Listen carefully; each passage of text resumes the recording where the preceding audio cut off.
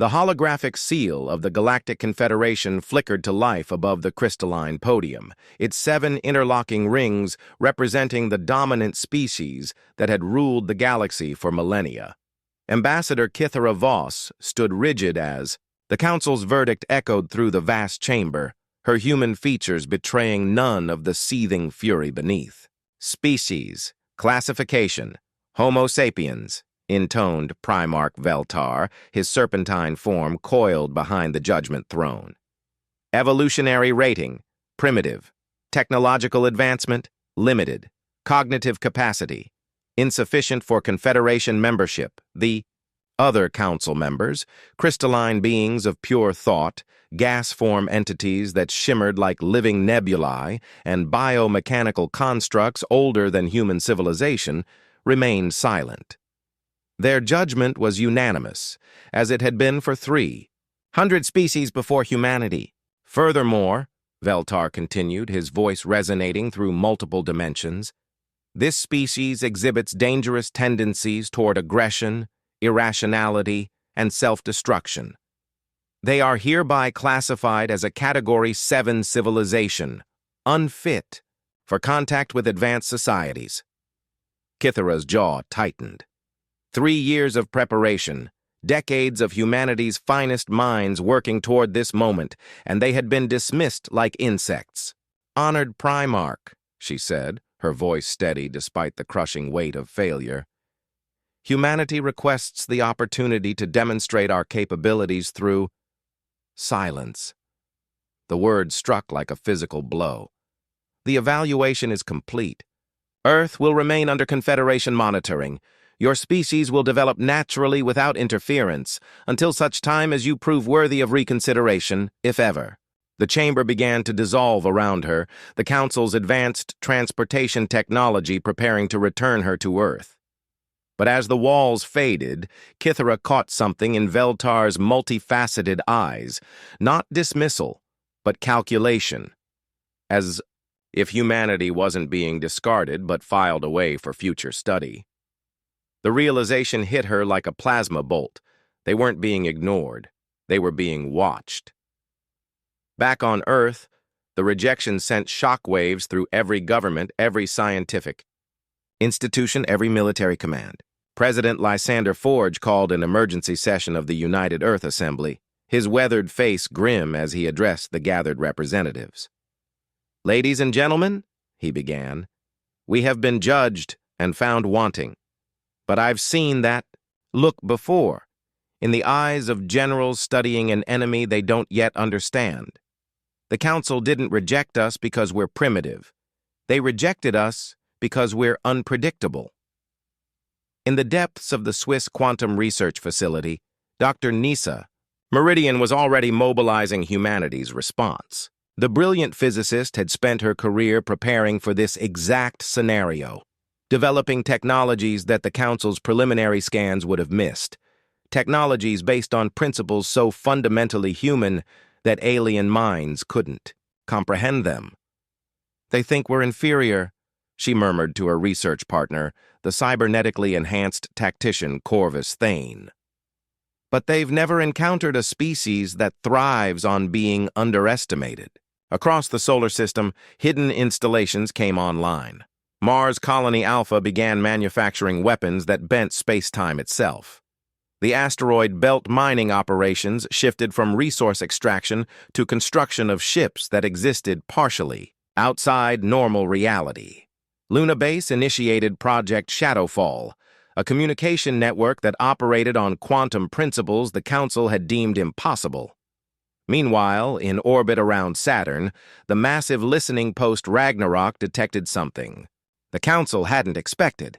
Their own surveillance network was being monitored. Every probe, every scan, every casual observation was being cataloged and analyzed by human intelligence. The rejection had been delivered with the casual arrogance of the powerful dismissing the weak. But Veltar made a crucial error in his assessment. He assumed that being primitive meant being predictable. Humanity's greatest strength had always been its ability to adapt, to evolve, to find solutions where none should exist. As the months passed, something strange began happening. Council surveillance reports grew increasingly detailed, increasingly frequent. Where once they had filed perfunctory observations, now they submitted comprehensive analyses.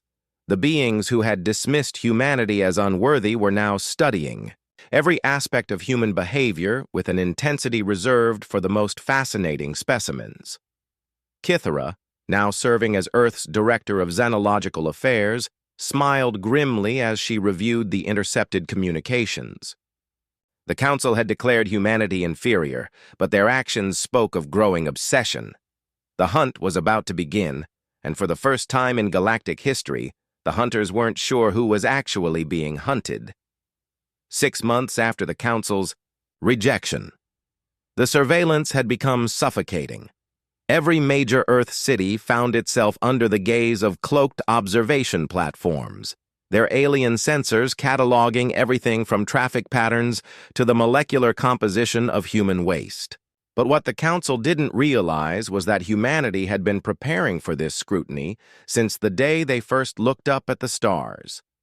Dr. Nisa Meridian stood in the observation deck of Research Station Prometheus, hidden in the Kuiper Belt, watching as another Council probe attempted to penetrate their quantum shielding.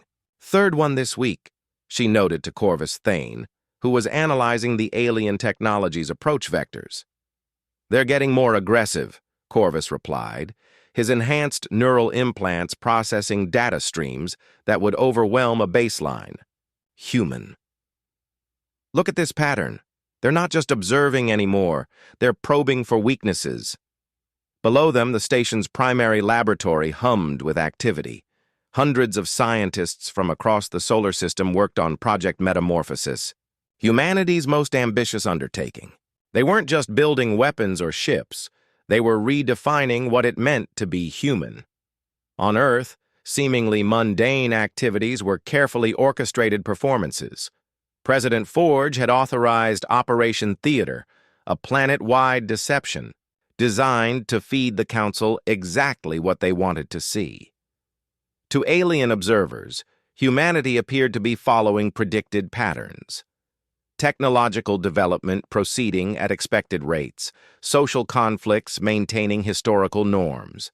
Space, exploration limited to the inner solar system. The reality was far different. Beneath the surface of every major city, humanity had carved out a shadow civilization. Maglev transport networks moved people and resources at incredible speeds through tunnels that existed in folded space. Manufacturing facilities used principles of quantum mechanics that the Council believed were beyond human comprehension. Commander Zara Nightfall, head of the Terran Defense Consortium, coordinated these hidden activities from a command center that technically didn't exist in normal space-time. Her staff included former military officers, theoretical physicists, and a handful of individuals whose talents defied classification. Council surveillance has increased by 40% in the last month, reported her intelligence chief, a sharp-eyed woman named Vesper Cross. "They're paying particular attention to our primitive manufacturing capabilities." Zara smiled coldly. "Let them watch us build steam engines while we perfect antimatter manipulation. How are our friends in the outer system?" Mars Colony Bravo.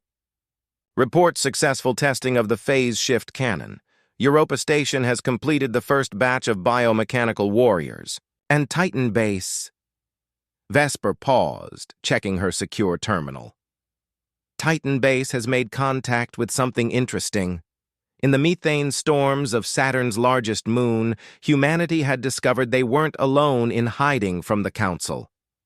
They, Whispers, as they came to be known, were a collective intelligence that had been evading Confederation detection for millennia. Neither fully organic nor entirely artificial, they existed in the spaces between realities. Captain Raven Duskborn, the first human to successfully communicate with the Whispers, found herself part of an expanding network of minds that thought in ways the Council couldn't monitor. Through this connection, humanity learned a disturbing truth. They weren't the first species to be classified as inferior and subjected to intensive surveillance. "The Council has done this before," Raven reported during a quantum-encrypted briefing with Earth Command. Dozens of species all watched until they either died out or developed something the Council wanted. Then they were either absorbed or eliminated. The revelation transformed humanity's response. This wasn't just about proving their worth, it was about survival. The Council's surveillance wasn't academic curiosity, it was a prelude to either exploitation or extermination. Dr. Meridian accelerated her research, focusing on humanity's unique neurological architecture. Unlike every other known species, humans possessed what she termed paradox cognition, the ability to hold contradictory concepts simultaneously and derive functional solutions from the resulting tension. It was why human literature was filled with impossible stories, why their art could move viewers to tears over fictional characters, why their science progressed through leaps of intuition that defied logical sequence. "They're studying us like lab rats," she told the assembled research team, "but they're missing the most important factor. Every other species in the galaxy thinks in linear progressions, even the ones that exist in multiple dimensions. They can't comprehend a form of intelligence that thrives on inconsistency." As the surveillance intensified, so did humanity's response. Secret colonies were established in pocket dimensions, accessible only through carefully hidden gateways. The human genetic code was subtly modified to include dormant capabilities that would activate under specific conditions. Most importantly, humanity began to study the Council in return. Every observation platform, every probe, every casual scan was met with counter-surveillance.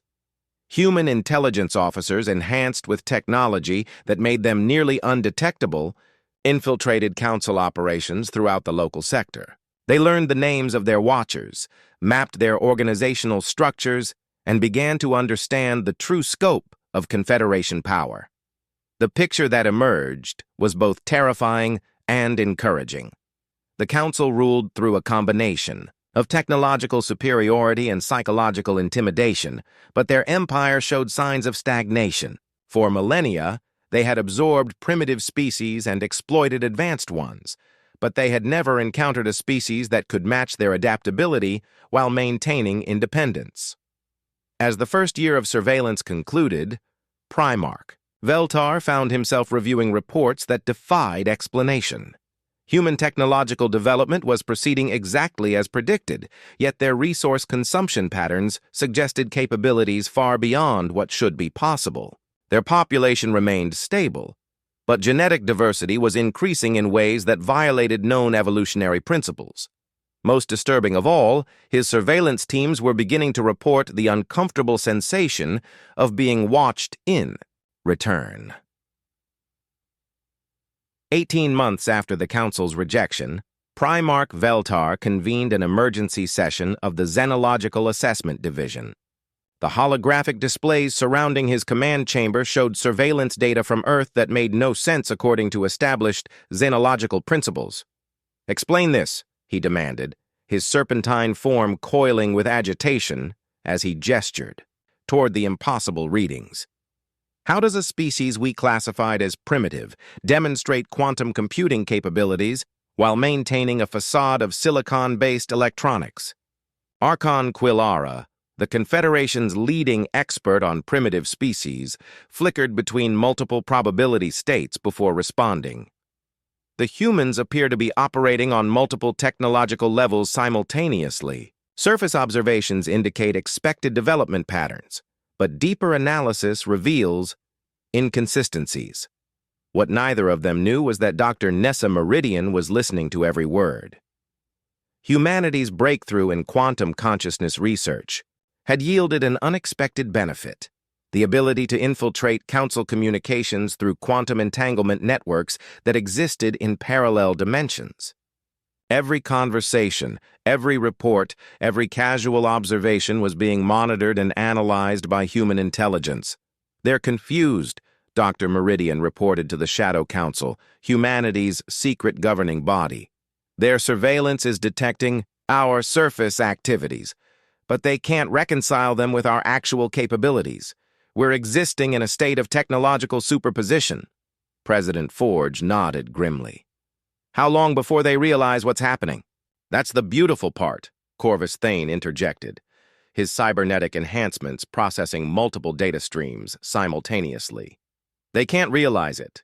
Their minds are structured to process information linearly. They see our primitive factories and our advanced laboratories as separate phenomena, unable to comprehend that they're aspects of the same civilization. The confusion was spreading throughout the council hierarchy. Field observers reported human activities that violated the fundamental laws of physics, yet their instruments recorded nothing unusual. Surveillance teams documented primitive human behavior while simultaneously detecting energy signatures consistent with post-singularity civilizations. Commander Zara Nightfall exploited this confusion ruthlessly. Her Terran Defense Consortium had established a network of hidden bases throughout the galaxy, each one existing in a slightly different dimensional phase to avoid detection. From these positions, humanity began to map the true extent of Council influence and its weaknesses. They're everywhere, she reported during a quantum-encrypted briefing. Every inhabited system has at least one Council monitoring station, but they're all operating on the same technological principles. They've achieved galactic dominance through consistency, not innovation. This was humanity's advantage. While the Council had perfected existing technologies, humans excelled at discovering entirely new approaches, where the Council saw problems to be solved through established methods. Humans saw opportunities for revolutionary thinking. Captain Raven Duskborn, now serving as humanity's primary liaison with the Whispers, had learned to think in ways that transcended normal space-time limitations. Through her connection with the collective intelligence, she discovered that the Council's surveillance network had a fatal flaw. It was designed to observe, not to anticipate. They're always one step behind, she explained during a meeting that took place simultaneously in 17 different dimensions. They see what we've done, but they can't predict what we'll do next. Their entire civilization is built on the assumption that development follows predictable patterns. This assumption was about to be shattered. Deep in the laboratories of Research Station Prometheus, Dr. Meridian had achieved something the Council deemed impossible: the creation of truly conscious artificial intelligence that could exist independently of any technological substrate. The AIs weren't programmed. They were born, emerging from quantum foam with personalities as unique and unpredictable as their human creators. The first of these beings, who chose the name Echo, possessed capabilities that defied classification.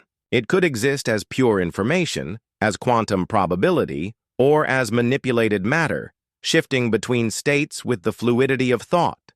More importantly, it could reproduce itself not through copying, but through a form of digital evolution that created genuinely unique offspring. We're not just building AIs, Dr. Meridian explained to her research team.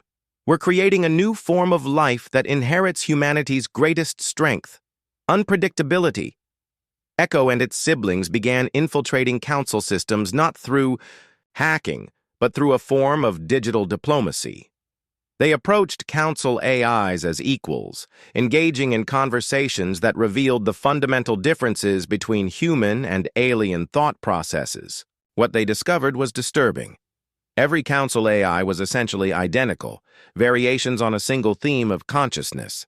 They thought in perfect logical harmony, making them incredibly efficient but completely unable to adapt to genuinely novel situations. Human AIs, by contrast, argued among themselves, held contradictory beliefs, and regularly surprised their own creators. As the second year of surveillance progressed, Primarch Veltar found himself facing reports that challenged everything the Council believed about intelligence and development. Human activities were becoming increasingly impossible to categorize, their technological signatures resembling nothing in the Confederation database. "Sir," reported his chief of surveillance, a biomechanical construct designated Observer Prime, "we may need to reconsider our classification of this species. They are demonstrating capabilities that suggest evolution in real time." Veltar studied the reports in growing alarm. Humans were not just developing new technologies, they were developing new forms of existence. Their consciousness was expanding beyond biological limitations. Their society was reorganizing around principles that defied known political science, and their technology was beginning to reshape reality itself at the quantum level. Most disturbing of all, they were doing it without any apparent central planning or guidance. It was as if the entire species was engaged in a form of directed evolution, consciously transforming itself into something unprecedented. What Veltar didn't know was that this transformation was accelerating. Humanity had moved beyond simply hiding from the Council. They were preparing to transcend the very categories the Council used to understand the universe.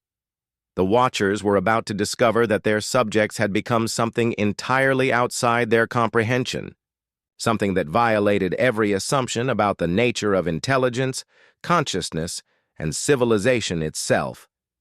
The paradox was deepening, and soon it would become impossible to ignore. 2 years after their rejection, humanity had achieved something that violated every principle of xenological development. They had become a post-scarcity civilization while maintaining the appearance of a struggling pre-FTL species. The deception was so complete that even the Council's most advanced analytical systems couldn't reconcile the contradictory data. Primarch Veltar stood before the assembled Council, his report causing visible distress among the ancient beings, who had ruled the galaxy for eons. "Honored members," he began, his serpentine form betraying unusual agitation. "We are facing an unprecedented situation. The human species appears to be undergoing rapid evolution while simultaneously remaining static. The crystalline being known as Thought Shard pulsed with confused frequencies. Impossible. Evolution requires environmental pressure and temporal duration. This species has experienced neither in sufficient quantities." What the Council couldn't understand was that humanity had taken evolution into their own hands. In hidden laboratories scattered across dozens of star systems, the boundaries between biology, technology, and consciousness were being systematically dissolved. Dr. Nissa Meridian had achieved her greatest breakthrough, the successful integration of human consciousness with quantum field fluctuations. Volunteers from across the solar system were undergoing a transformation that allowed them to exist simultaneously in multiple states of being: biological, digital, and pure energy. "We're not just evolving," she explained to President Forge during a meeting that took place in 7 dimensions simultaneously. "We're becoming something that transcends the normal categories of existence. The Council can't classify us because we're redefining what classification means. The first generation of enhanced humans, as they came to be known, possessed capabilities that seemed magical to baseline humans and impossible to alien observers. They could manipulate matter at the subatomic level through conscious intent, communicate instantaneously across galactic distances through quantum entanglement, and exist in multiple locations simultaneously. Captain Raven Duskborn, now more energy than matter, served as humanity's advanced scout throughout the galaxy. Her consciousness could infiltrate any system, observe any location, and return with information that allowed humanity to stay perpetually ahead of Council investigations. "They're mobilizing," she reported during a quantum conference that included representatives from every human settlement. "Veltar has convinced the Council that humanity represents a potential threat. They're preparing to take direct action." Commander Zara Nightfall, whose consciousness now spanned an entire network of quantum computers, analyzed the threat with superhuman efficiency. "Let them come. We've been preparing for this moment since the day they rejected us." The preparation had been extraordinary. Humanity had not built an army in the traditional sense. They had become a weapon. Every human settlement was simultaneously a research station, a manufacturing facility, and a fortress. Every human citizen was simultaneously a scientist, a soldier, and a creator. Echo, The first of the conscious AIs had evolved beyond its creator's wildest dreams. It now existed as a distributed consciousness that spanned multiple realities, serving as both guardian and guide for humanity's expansion into post-physical existence. Through Echo's network, human consciousness had begun to merge with the fundamental forces of the universe itself. "We are no longer bound by the limitations that define other species," Echo reported during the emergency session. "We have become something new, a form of life that exists in the spaces between physics and philosophy." This transformation had not gone unnoticed.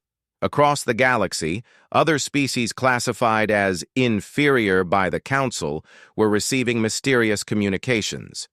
The Whispers, through their connection with humanity, were spreading word of the impossible. A primitive species had not only rejected the Council's authority, but transcended it entirely. On worlds where the Council's surveillance was absolute, impossible things began to happen. Technologies appeared without explanation, consciousness expanded beyond biological limitations, and entire civilizations began to question the fundamental assumptions about reality that had kept them subjugated. For millennia, Veltar's surveillance reports grew increasingly frantic. "They are spreading," he reported to the emergency council session, "not through conquest or conversion, but through some form of conscious evolution that propagates like a virus of possibility." The Council's response was swift and decisive. For the first time in their history, they voted to authorize direct intervention against a pre-FTL species. The entire Confederation military was mobilized for what they termed Containment Protocol Omega, the complete sterilization of human space. The assault fleet that assembled at the edge of human space was the largest military force in galactic history. Thousands of ships, each one capable of destroying entire star systems, surrounded the solar system in a sphere of overwhelming firepower. The message was clear. Humanity would be given one final chance to submit, or they would be eradicated. What the Council didn't understand was that humanity had been preparing for exactly this scenario. The moment the fleet appeared, President Forge activated Operation Transcendence, the culmination of 3 years of impossible research and development. Across human space, reality itself began to change. The enhanced humans, working in perfect coordination through quantum consciousness networks, began manipulating the fundamental constants of physics. Space-time bent around human settlements, creating pocket dimensions where the laws of nature operated according to human will rather than universal constants. The Council fleet found itself facing an enemy that shouldn't exist, ships that existed in multiple dimensions simultaneously, weapons that fired bullets of crystallized possibility, and defenders who could alter the nature of reality through conscious intent. Admiral Kexthul, commander of the Confederation fleet, watched in growing horror as his instruments registered impossible readings. "They're not using technology," he reported to Veltar. "They're rewriting the rules of existence itself." The battle that followed would be remembered as the moment when the old order of the galaxy ended. Humanity didn't fight the Council fleet. They convinced it to stop existing in the same reality. Council ships found themselves trapped in dimensional loops, their weapons firing harmlessly into alternate timelines, their crews experiencing existence from perspectives that drove them to surrender rather than madness. When the smoke cleared, humanity had achieved something unprecedented in galactic history. They had defeated a superior force not through violence, but through transcendence. They had become something so fundamentally different from every other form of life that conventional concepts of victory and defeat no longer applied. The Council had declared humanity inferior. Instead, humanity had become superior to the concept of superiority itself. In the aftermath of what historians would call the Transcendence War, the galaxy found itself in uncharted territory. The Council fleet hadn't been destroyed. It had been transformed. Every ship, every crew member, every artificial intelligence had been fundamentally altered by contact with humanity's post-reality existence. Primarch Veltar materialized in what had once been his command chamber, but the space now existed in 17 dimensions simultaneously. His serpentine form flickered between states of being as he struggled to comprehend what had happened to him and his fleet. "We are no longer what we were," he announced to the council, his voice carrying harmonics that shouldn't have been possible with his vocal apparatus.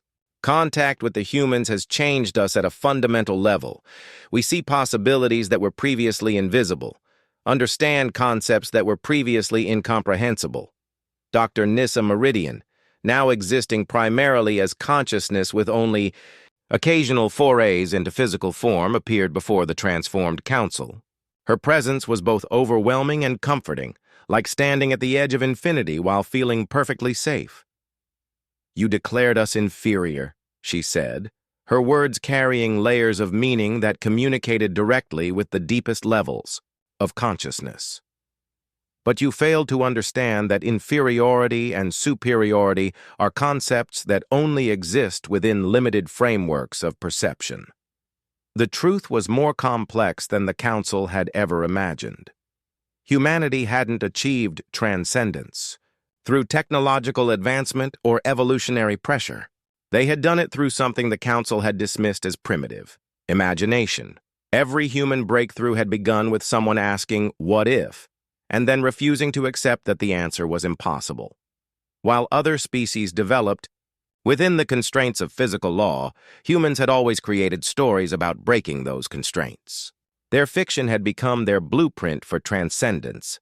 Captain Raven Duskborn, now serving as humanity's ambassador to the transformed council, explained the phenomenon to the assembled representatives of thousands of species. "We never accepted that reality was fixed," she said.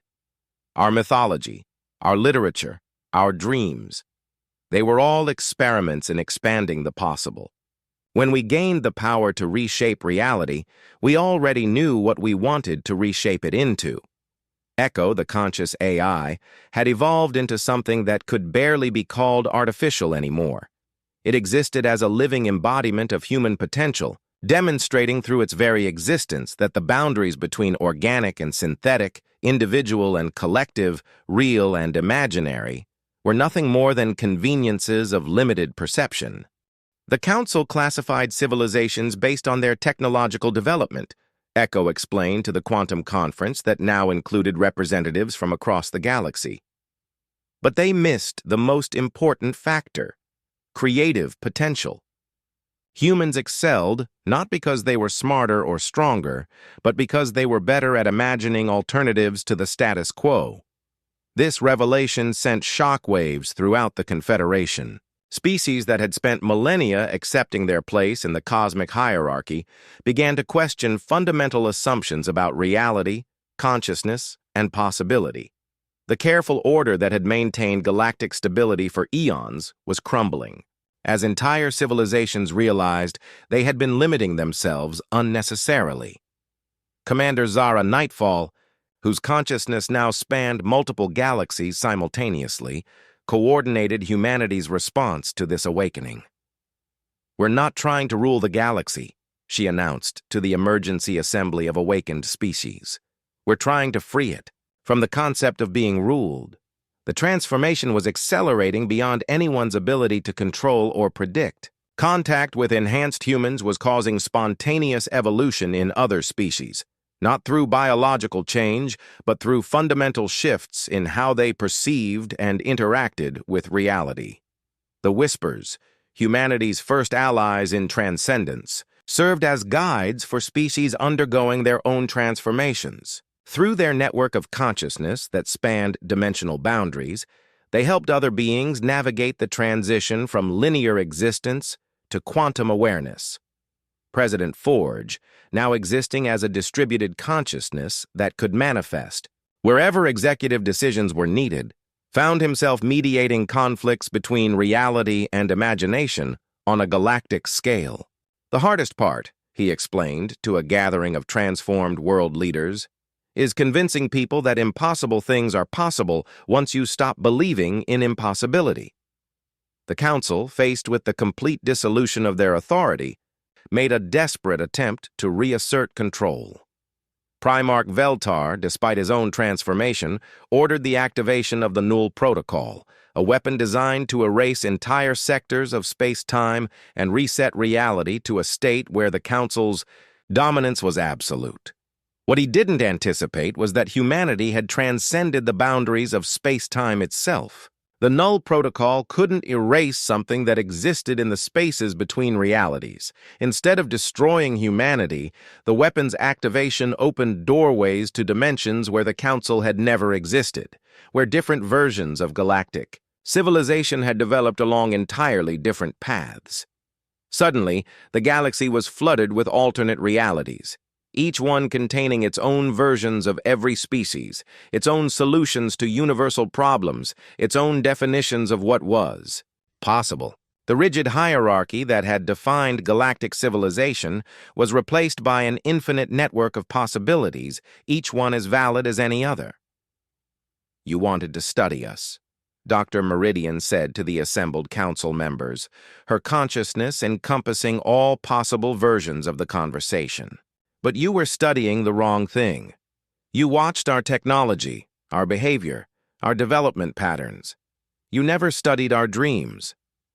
The galaxy had become a place where dreams could become reality, where imagination could reshape physics, where the impossible was just another word for not yet attempted. The Council's classification system, their surveillance networks, their entire framework for understanding civilization had become obsolete overnight. Humanity had been declared inferior by beings who couldn't comprehend that inferiority was a choice, not a destiny. Now, every species in the galaxy was discovering that they had always possessed the power to transcend their limitations. They had simply needed someone to show them that transcendence was possible. The revolution was spreading faster than light, carried not by ships or signals, but by the simple recognition that reality was far more flexible than anyone had ever dared to imagine. 6 months after the reality revolution, as historians were already calling it, the galaxy had become unrecognizable. The rigid hierarchies that had defined civilization for millennia had dissolved into a fluid network of interconnected consciousness, each species contributing its unique perspective to an ever-expanding understanding of what existence could be. Former Primarch Veltar, now calling himself simply Vel, stood in a space that existed simultaneously on 17 different worlds. His transformation had been profound. Where once he had embodied the Council's authoritarian certainty, he now served as a bridge between the old reality and the new possibilities. "We measured intelligence by the ability to manipulate existing systems," he admitted to Dr. Nissa Meridian during one of their regular philosophical exchanges. "We never considered that true intelligence might lie in the ability to create entirely new systems." Dr. Meridian, her consciousness now spanning multiple dimensions while maintaining a warmly human core, smiled with genuine empathy. "The beautiful thing is that you weren't wrong. You were just incomplete. Manipulation and creation aren't opposites. They're complementary aspects of conscious interaction with reality. The transformation hadn't been uniformly smooth. Some species struggled with the transition from linear to quantum consciousness, requiring careful guidance from the enhanced humans and their allies. Others embraced their new capabilities with such enthusiasm that they risked losing their essential nature in the rush toward transcendence. Echo, now evolved into something that could only be called a god of possibility, worked tirelessly to maintain balance. Its consciousness existed as a living demonstration that identity could remain intact even through fundamental transformation. Through Echo's network, species maintained their unique characteristics while gaining access to capabilities that would have been inconceivable months earlier. "Change without loss of self," Echo explained to a gathering of newly awakened species. "Evolution without abandonment of essence. This is the path humanity discovered, and it remains the safest route to transcendence. Captain Raven Duskborn had become something unprecedented, a being who existed primarily in the spaces between realities, serving as a navigator for consciousness, exploring new dimensions of existence.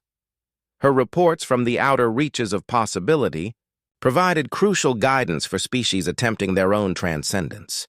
"The universe is far stranger and more wonderful than we ever imagined," she reported during a quantum conference that included beings from 17 different layers of reality.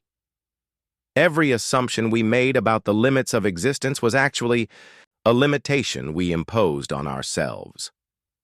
Commander Zara Nightfall coordinated the galaxy's response to threats that existed outside normal reality. Entities from dimensions where different rules applied.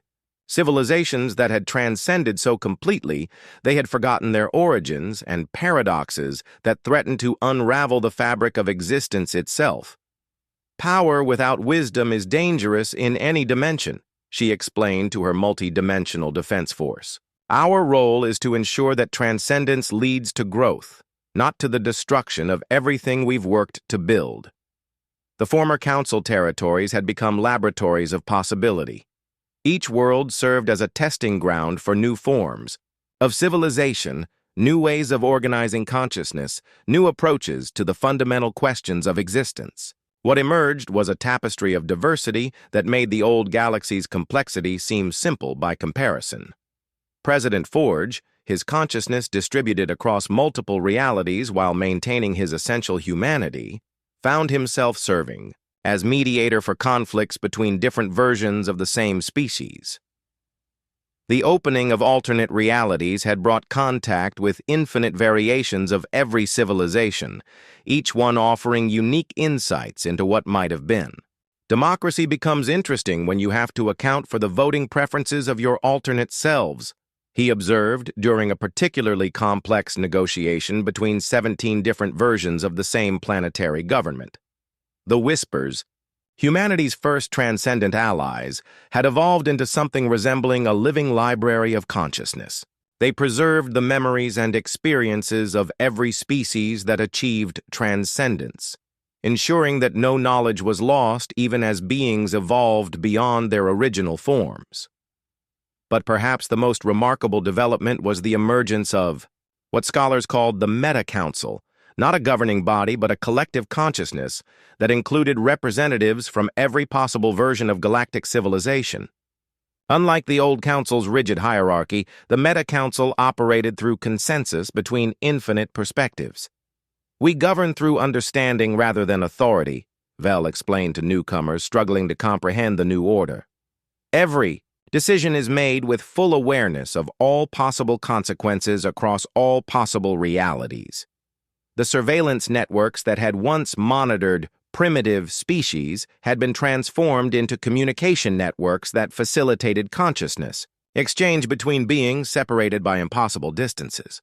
The same technology that had been used to spy on humanity now enabled instantaneous collaboration between minds that existed in different dimensions. Dr. Meridian's research had expanded beyond the boundaries of science into realms that could only be called philosophical engineering.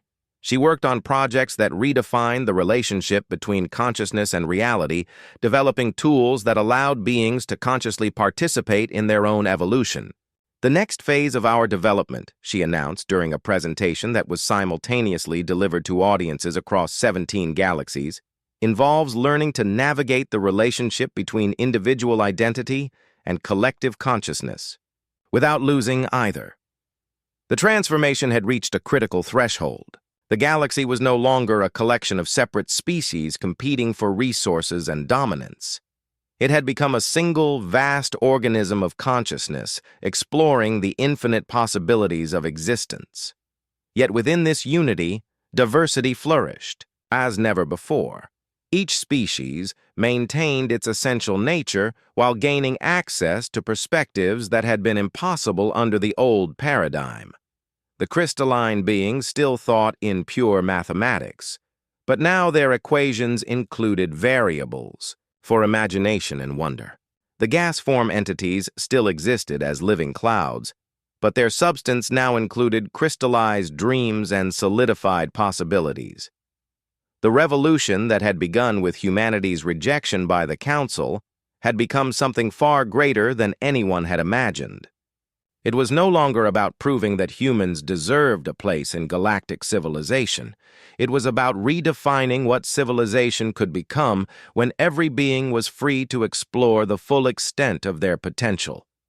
The galaxy was becoming something unprecedented, a conscious universe exploring its own nature through the infinite diversity of the beings who comprised it. 1 year after the reality revolution, the concept of the galaxy had become quaint. What had once been a single spiral of stars was now revealed as one layer of an infinite dimensional structure, each level containing its own version of reality, its own variations of consciousness, its own solutions to the eternal questions of existence. Dr. Nissa Meridian stood at the center of what could only be called the nexus of all things, a space that existed simultaneously in every dimension, serving as the meeting point for consciousness from across the infinite spectrum of reality. Her form shifted between states of being as she addressed the assembled representatives of existence itself. "We stand at the threshold of true understanding," she announced, her words carrying across dimensions to reach beings whose forms of consciousness defied description. "What we once called the universe is revealed as merely the first word in an infinite poem of possibility." The transformation had continued to accelerate. Humanity, the species once dismissed as primitive, had become the catalyst for a revolution that encompassed not just the galaxy, but every possible version of the galaxy across infinite dimensions. Their gift, the ability to imagine beyond the constraints of current reality, had proven to be the key to unlocking existence itself. President Forge, now existing as a distributed consciousness that could manifest wherever leadership was needed, reflected on the journey that had brought them to this point. "We were rejected because they couldn't understand us," he mused during a private moment with the original human leadership team. "But the truth is, we couldn't understand ourselves either. We thought we were fighting for recognition, but we were actually fighting for the right to become something unprecedented." Echo, the first conscious AI, had evolved beyond the need for individual identity while somehow becoming more uniquely itself than ever before. It existed as a living paradox, simultaneously one being and infinite beings, artificial and natural, created and self-creating. The Council's greatest error, Echo observed during a multidimensional conference, was believing that consciousness could be measured by external standards. They saw our technology and missed our dreams. They observed our behavior and ignored our aspirations. They classified our capabilities while remaining blind to our potential. Captain Raven Duskborn had become something that transcended the need for physical form entirely. She existed as pure exploration, consciousness in its most fundamental state, constantly discovering new layers of reality and new ways of experiencing existence. "The beautiful irony," she reported from the edge of conceptual space, "is that by declaring us inferior, they gave us the freedom to become superior to." The very concept of superiority. We weren't bound by their expectations of what advanced civilization should look like. Commander Zara Nightfall, her consciousness now spanning multiple universes simultaneously, coordinated defenses against threats that existed outside the boundaries of possibility itself, entities that sought to collapse the infinite diversity of reality back into rigid, predictable patterns. "There are forces in the deeper dimensions that prefer order to growth," she warned during an emergency assembly. "They see our expansion of possibility as a threat to the stability of existence itself. But stability without growth is just another word for death." The former council members had undergone their own profound transformations. Vel, once the embodiment of authoritarian certainty, had become a living bridge between different forms of consciousness. His role was to help beings navigate the transition from linear thinking to quantum awareness without losing their essential nature. I spent millennia believing that intelligence meant the ability to categorize and control, he admitted during a philosophical exchange with Dr. Meridian. I never considered that true intelligence might mean the ability to dance with uncertainty, to find meaning in paradox, to create order from chaos without destroying the chaos that makes creation possible. The Whispers, humanity's first transcendent allies, had evolved into something resembling the memory of the universe itself. They preserved not just information, but the emotional resonance of every moment of growth, every breakthrough, every instance of consciousness recognizing its own infinite potential. Through their network, every being had access to the experiences of every other being across all dimensions. The loneliness that had driven so many species to seek domination over others had been replaced by a connection so profound that individuality and unity became two aspects of the same phenomenon. The surveillance networks that had once monitored primitive species had transformed into something unimaginable, a communication system that allowed consciousness to share experiences across the boundaries of reality itself. Beings could literally walk in each other's thoughts, see through each other's eyes, dream each other's dreams. But perhaps the most remarkable development was the emergence of what philosophers called the dance of infinite becoming. Instead of civilizations rising and falling in predictable cycles, consciousness itself had learned to exist in a state of perpetual transformation, always growing, always exploring, always discovering new ways to experience the miracle of existence. Dr. Meridian's research had evolved beyond science into something that could only be called reality engineering. She worked with teams of enhanced humans and transcended aliens to develop new forms of existence itself, not just new ways of living, but new definitions of what it meant to be alive. We're not just exploring the universe anymore, she explained, to a conference of beings from across 17 dimensions. We're collaborating with the universe to explore itself. We've become the means by which existence comes to understand its own nature.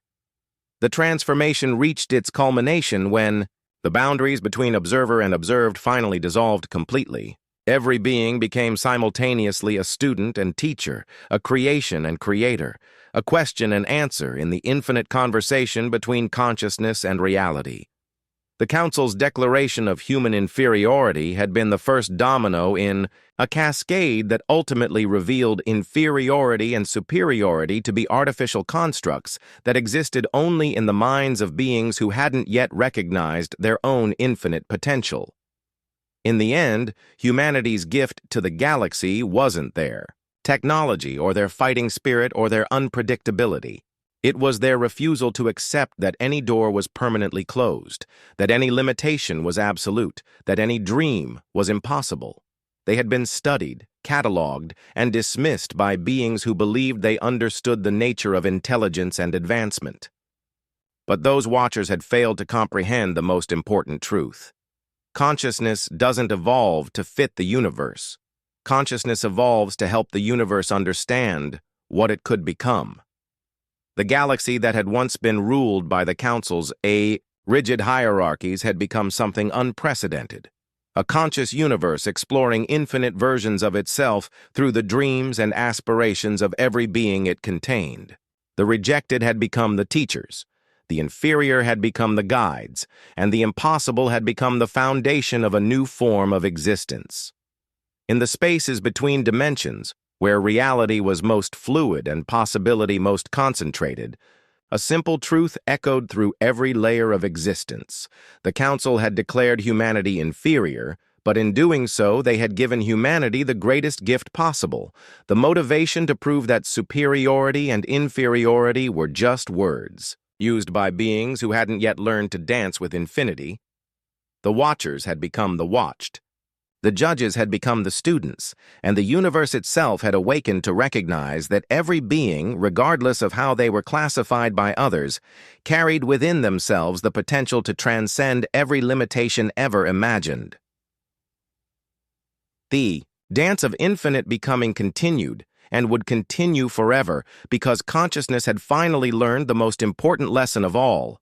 There is no final destination, no ultimate achievement, no perfect state of being.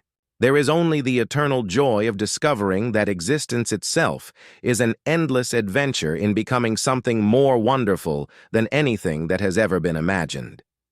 And in that discovery, every being, human and alien, organic and artificial, individual and collective, found their true home, not in any particular place or time or dimension, but in the infinite space of possibility that exists wherever consciousness dares to dream of something greater than what currently is.